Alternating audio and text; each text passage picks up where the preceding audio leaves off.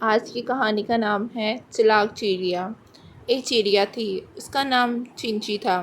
ایک دن کی بات ہے کہ چنچی چڑیا گائے کے پاس بیٹھی تھی اور وہ دانے چگ چگ کھا رہی تھی۔ اچانک گائے نے گوبر کر دیا اور چڑیا اس گوبر میں دب گئی اور وہ اڑ نہ سکی۔ اور دوسری طرف سے ایک کتا آیا۔ چڑیا نے اس سے کہا کہ بھائی کتے مجھے نکال۔ کتے نے کہا کہ میں اگر نکالوں گا تو میں تجھے کھا لوں گا۔ چڑیا نے کہا ہاں کھا لینا۔ کتے نے چڑیا کو گوبر سے باہر نکالا۔ اب چڑیا نے کہا مجھے دھو تو لے۔ کتا چڑیا کو نل پر لے گیا۔ وہ چڑیا کو دھو کر اسے کھانے لگا۔ چڑیا نے کہا مجھے سکھا تو لے پھر کھا لینا۔